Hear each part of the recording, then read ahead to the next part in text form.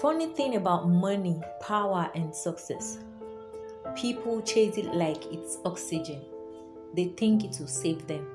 But what if I told you scarcity doesn't start in your wallet? It starts in your head.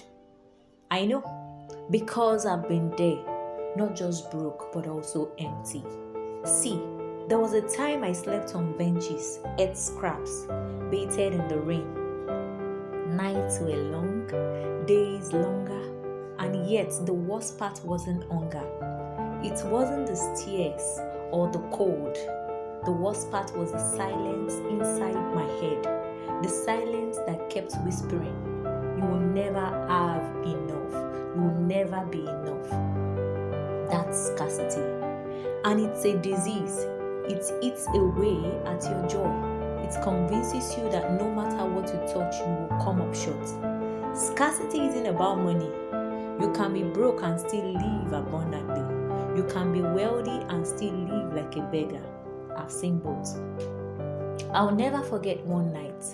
I was sitting outside a diner, waiting for scraps, and this man walks out. Fancy suit, gold watch, expensive cologne. You could smell from a mile away. He had the world in his hands. But when his eyes met mine, I saw nothing but emptiness. You know that look, the one that says, I have everything but I feel nothing. That's when it hits me. Scarcity doesn't live in pockets. It lives in people. Abundance, though, is different. Abundance is a choice. It's a way of saying the word, and once you choose it, no one can take it away from you. But here's the problem. Most people want abundance without rewiring the way they think.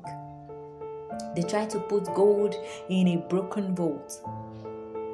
Doesn't work until you rewire your mental bank. You always feel poor. So let me tell you how I rewired mine. Firstly, I stopped counting what I didn't have. You ever notice how scarcity makes you obsessed with what's missing? You count the bills, you count the pay, the friends who left, the chances you lost. I used to live there, but one day I thought, what if I start counting what's still here? The breath in my lungs, the lessons in my scars, the fact that I'm still standing. That shift was the first deposit into my mental bank. Secondly, I learned to turn pain into currency. You see, every failure, every scar, every heartbreak, it's an investment. But most people throw it away. They look at pain and say, this ruined me. Me? I look at pain and say, this taught me. Different perspective, different balance sheet. And thirdly, gratitude. Now don't roll your eyes. Gratitude isn't some cheesy self-help slogan. It's survival. Gratitude rewires your brain to stop chasing what you lack and start valuing what you hold. The night I had nothing to eat, I thanked the sky for giving me hair. The mornings I had no bed, I thanked the sun for rising anyway. Gratitude didn't fill my stomach, but it filled my spirit. And a full spirit creates a full life. That's abundance.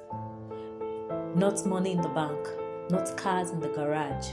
Abundance is freedom in the mind. It's peace in the heart. It's knowing that no matter what happens outside, you are rich inside. But here's the cruel joke.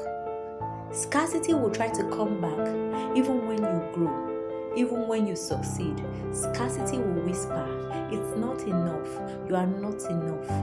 That voice never dies, but abundance teaches you how to answer back.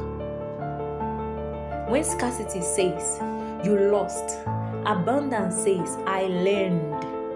When scarcity says, you are broken, abundance says, I'm building. When scarcity says, you are nothing, abundance laughs and says, I'm becoming everything. You see the difference? It's not the world that changes, it's the wiring. And let me tell you this, Once you start living abundantly, everything shifts. Relationships feel lighter because you are no longer grasping for validation. Work feels meaningful because you are creating, not competing. Time feels precious, not scarce, because you stop wasting it on things that drain you. Let me be honest, this isn't easy. Some days I still feel the pull of scarcity. I still catch myself thinking, I don't have enough, I'm not enough. But then I stop, I breathe, and I remind myself, abundance is not about what I owed, it's about what I see. So here's my advice to you. Stop asking, how much do I have? Start asking, what am I doing with what I already hold? Because the truth is, most of you aren't lacking resources, you are lacking perspective. Remember this, the richest person in the world isn't the one who has the most, it's the one who needs the least. So my friend, what are you depositing into your mental bank today? Scarcity or abundance? Because in the end, the only poverty that destroys you is the poverty of perspective. And if you take nothing else from me, take this line and carve it into your soul. True wealth isn't counted in coins, but in clarity. Not in possessions, but in perspective. Not in abundance out there, but abundance in here. That's the kind of wealth no thief can steal, not even time. Lastly, I will appreciate if you like this video so you can help me to continue spreading the essence of purpose.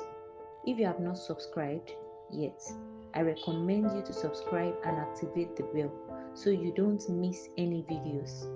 Till you hear from me again, always remember you are the best version of yourself and nothing less. Be bold, be brave, be you. Shalom.